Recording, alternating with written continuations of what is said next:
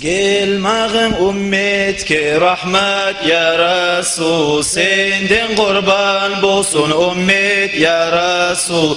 Ümmetinden bolmak devlet ya Resul, bizge bir şefaat aman ya Resul.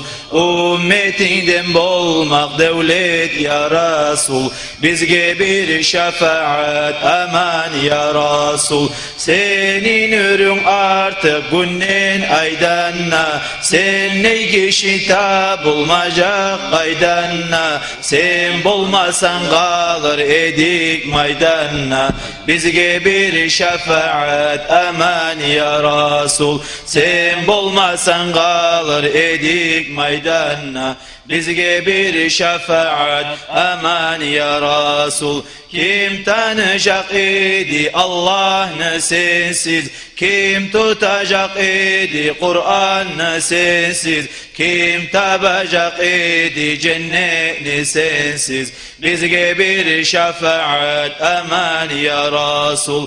Kim tabacak idi cennetini sensiz, bizge bir şefaat aman ya Resul. Bildirgen imanı, İslam'ını sensin, getirgen Allah'tan Kur'an'ı sensin, barda peygamberler sultanı sensin, bizge bir şefaat aman ya Resul. Barda peygamberler sultanı sensin, bizge bir şefaat aman ya Resul. Hoş geldin Muhammed Ahmed, seni sayılı etti Ahad-ı Samed. Sen gelip dünyaya yayıldı rahmet, bizge bir şefaat aman ya Resul. Sen gelip dünyaya yayıldı rahmet, bizge bir şefaat aman ya Resul.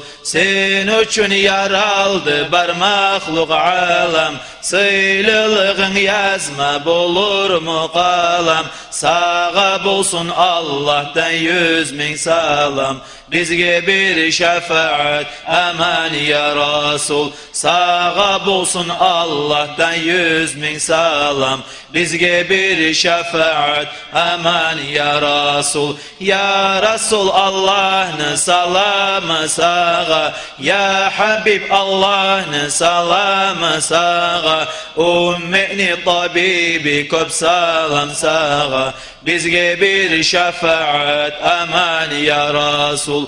Ümmeni tabibi köp salam sağa, bizge bir şefaat aman ya Resul.